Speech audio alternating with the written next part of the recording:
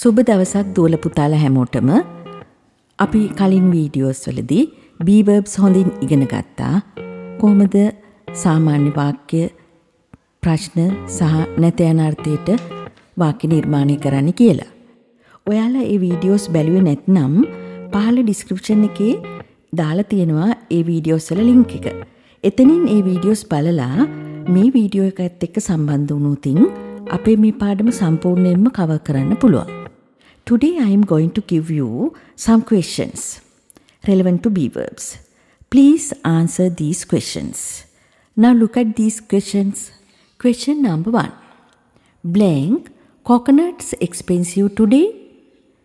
මේ වාක්‍යයේදී බලන්න පුතේ today කියලා වචනයක් යෙදিলা තියෙනවා. ඒකෙන් අපි දැනගන්නවා මේ වාක්‍ය present tense එකට අයිති බව. කලින්ම අපි මේ වගේ ප්‍රශ්න වලට උත්තර ලියනකොට කාලය හඳුන ගන්න ඕනේ. එහෙනම් present tense කියලා අපි හඳුනගත්තා. Coconuts expensive today. එතනදී අපි දන්නවා සාමාන්‍ය වාක්‍ය නම් be verb එකක් එන්න ඕනේ coconuts කියන වචනේ ළඟට. එහෙනම් අපි දන්නවා coconuts බහුවචනයි. Coconuts are expensive today. ඒක තමයි සාමාන්‍ය වාක්‍ය. දැන් මේ ප්‍රශ්නයක් වෙනකොට are කියන වචනේ අපි ඉදිරියට යොදා ගන්නවා. එහෙනම් are coconuts expensive today? Right. Number 2. The students of this class blank very clever. මෙතනදී බලන්න. කතෘ ඒකවචනද බහුවචනද කියලා අපිට බලා ගන්න වෙනවා. එහෙනම් the students බහුවචනයි. The students of this class are very clear. මං හිතනවා ගැටලුවක් නැහැ කියලා. Number 3. Sunil blank the first in the class. එතන පුතේ බලන්න සුනිල් කියන්නේ ඒකවචනයි. අපි දන්නවා සුනිල් කියවම ඒකවචන නිසා be verb එක වෙන්න ඕනි is. The first in the class. The first පළවෙනිය වෙලා තිනවා පන්තියේ. මෙතනදී අපිට තිබ්බනම් ගිය අවුරුද්දේ කියලා. එහෙමනම් අපි දන්නවා මේ වාක්‍ය past tense කියලා. එතනදී අපි was යොදා ගන්න වෙනවා. එහෙනම් අපි දැන් ලියමු බලන්න Sunil is the first in the class. Number 4. Your 2 books are on the table. Your 2 books are on the table. හරි ලේසි. 2 books බහුවචනයි. On the table prepositional phrase එක. එතනට අවශ්‍ය වෙනවා ඊට ඉදිරියට be verb එක. Your 2 books are on the table. Number 5. Blank, those books novels. Those books novels. අන්න බලන්න පුතේ එතෙන්දී those books බහුවචනයි. question එකක් හැදිලා තියෙන්නේ. එහෙනම් අපි සාමාන්‍ය වාක්‍යයේ ඉස්සෙල්ලා කල්පනා කරමු ලියන්න. Those books are novels. question එක වෙනකොට මොකද කරන්නේ? ආ මුලට ගත්තා. Are those books novels? Are those books novels? Next one. Very easy. I blank the second. I blank the second. එහෙනම් I am. I am. මේකේ past tense වචනයක් තිබුණා නම් I was. Number 7. Blank. These children from your village. These children from your village? Question. මෙතින්දී these children බහුවචනයි. දැන් හරි ලේසි. Are these children from your village? Can you understand? Right. Next one. Blank. Your bicycle new? Your bicycle new? Your bicycle ඒකවචනයි. Your bicycle is new කියන එක තමයි අපි ප්‍රශ්නේ හදාගන්නේ කොහොමද? Is your bicycle new? Right. Next one. She blank a teacher for the last 10 years. For the last 10 years අපිට ලේසි වාක්‍ය හොයාගන්න මොන කාලයටද අයිති වෙනවද කියලා.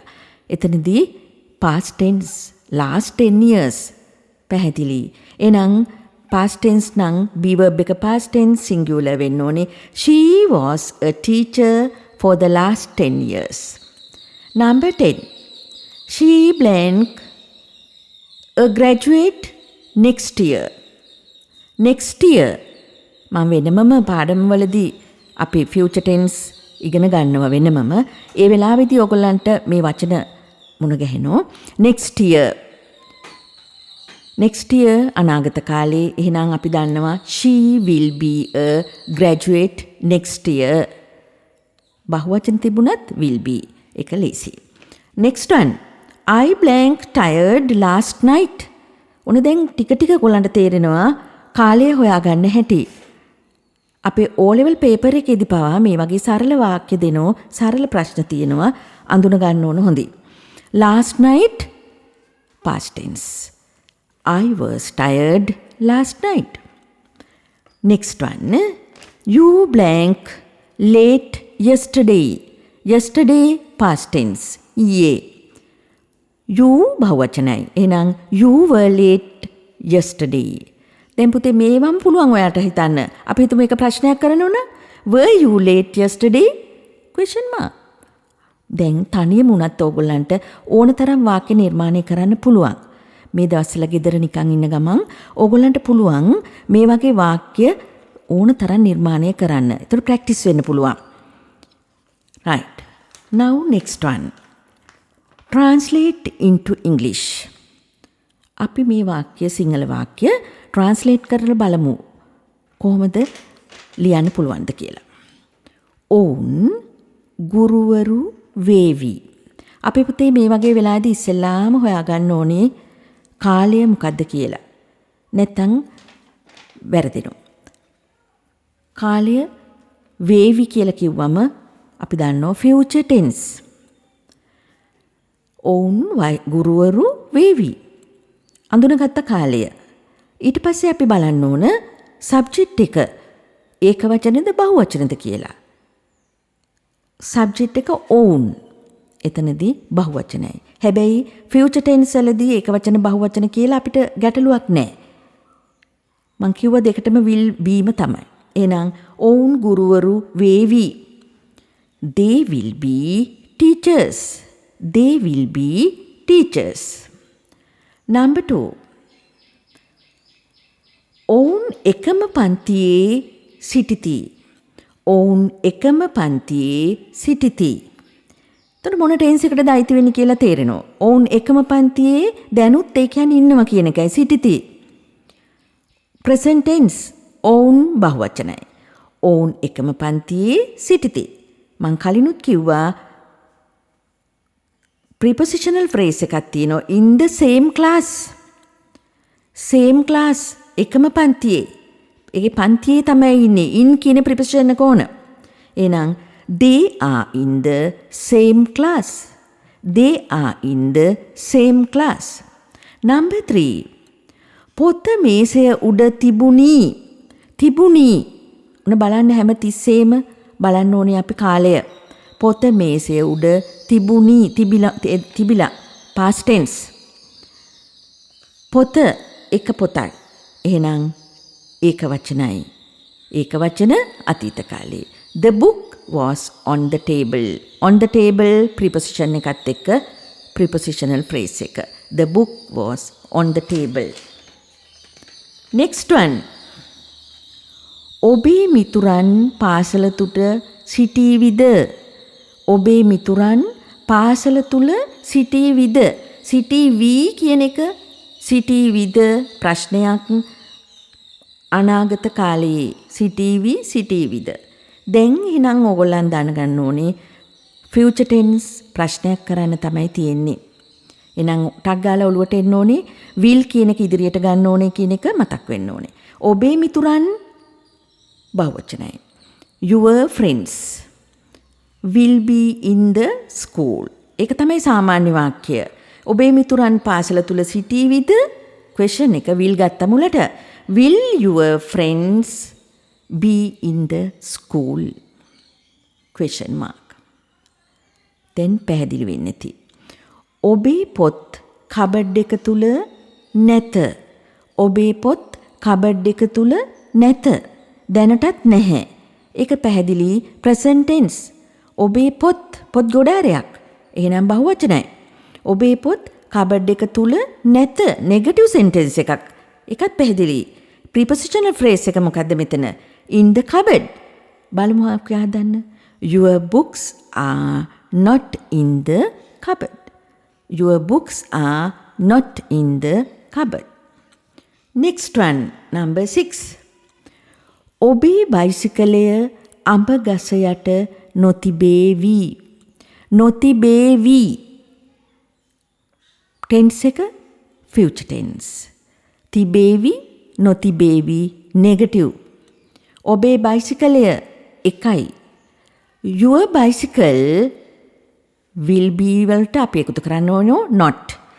Your bicycle will not be ඔන්න prepositional phrase එකක් ආයිම තියෙනවා under the mango tree. under කියන preposition එකෙන් පටන්ගෙන under the mango tree. බලන්න මේ වාක්‍ය your bicycle will not be අපිට පුළුවන් එතන will not කැටි කරන්න won't be under the mango tree. Next one. ඔහු හොඳ පුරවැසියෙක් නොවේවිද. ඔයගලන්ට තේරෙනවා මම verbs කරද්දී අන්තිමටම කියලා දුන්නා negative questions කොහොමද හදන්නේ කියලා. හැමෝටම තේරෙවි නොවේවිද කියන question එක තමයි මෙතන වෙලා තියෙන්නේ. ඔහු හොඳ පුරවැසියෙක් නොවේවිද. අපි ඉස්සෙල්ලා බලමු හොඳ පුරවැසියෙක් කියලා කොහොමද ලියන්නේ? He is a good citizen. ඔහු හොඳ පුරවැසියෙක්. ඔහු හොඳ පුරවැසියෙක් නොවේවිද. අනාගත කාලයට හරවමු ඒක අපි. He will be a good citizen. ඒක නැවතත් අපි හිතන්න වෙනවා නොවේවි කියලා. නොවේවි නම් කොහමද? He will not be a good citizen. මම මේ වාක්‍ය තුනම කිව්වේ සාමාන්‍ය වාක්‍ය. අපි කොහොමද මේක දැන් ප්‍රශ්නයක් කරගන්නේ? will not කියන ඉදිරියට ගන්න ඕන. will not ඉදිරියට ගන්න ඕන. එහෙනම් won't he be a good citizen? won't he be a good citizen? question mark. පැහැදිලි වුණාද? පියවරෙන් පියවර ඔබ කල්පනා කරන්න ඕනේ. මේ වගේ ප්‍රශ්නයක් ආවම එකපාරට අපහැදිලි නම් අපි සාමාන්‍ය වාක්‍ය නිර්මාණය කරනවා. ඊට පස්සේ ඒක නෙගටිව් කරනවා. ඊට පස්සේ අපි ඒක කෙටි කරලා ඉදිරියට ගන්නවා. අන්න එහෙම තමයි ප්‍රශ්නේ සාදාගන්නේ. එකවරම සමහර වෙලාවට මුලින්ම ලියාගන්න බැරි වෙයි. නමුත් අපි පියවරෙන් පියවර එහෙම නිර්මාණය කරගන්න ඕනේ. last one. ඔවුන් ඇයගේ ගෙදර සිටියේ නැද්ද? සිටියේ නැද්ද? සිටියා කියලා අපි හිතා ගන්න වෙනවා. ටෙන්ස් එක අපහැදිල්ල නම් සාමාන්‍ය වාක්‍යය ඉස්සෙල්ලා හිතනවා. ඔවුන් ඇයගේ ගෙදර සිටියා. අනේ බලන්න past tense. ඔවුන් ඇයගේ ගෙදර සිටියේ නැද්ද කියලානේ අහන්නේ. එහෙනම් මතක් වෙන්න ඕන එකත් negative question එකක්. කොහොමද හදාගන්නේ? They were at her house. ඔවුන් ඇයගේ ගෙදර සිටියා. They were not at her house. මේ මං හිතන විදිය කියන්නේ. ඊට පස්සේදී were not ඉදිරියට ගන්නවා. weren't they at her house කියලා අපි හදා ගන්නවා. කොහොමද ප්‍රශ්නේ හදාගන්නේ? weren't they at her house? මං හිතනවා දැන් ඔයගොල්ලන්ට be verbs පාඩම හොඳින් තේරෙන්නේ නැති. නැවත නැවත මේ වීඩියෝස් බලලා ඔයගොල්ලන් හොඳින් තේරුම් අරගෙන ඔයගොල්ලන් ගෙදරදී නැවත වාක්‍ය නිර්මාණය කරන්න. ඒක තමයි හොඳම ලේසිම ක්‍රමයේ ඉගෙන ගන්න. නැවත අපි අලුත් වීඩියෝ එකකින් හමු වෙමු.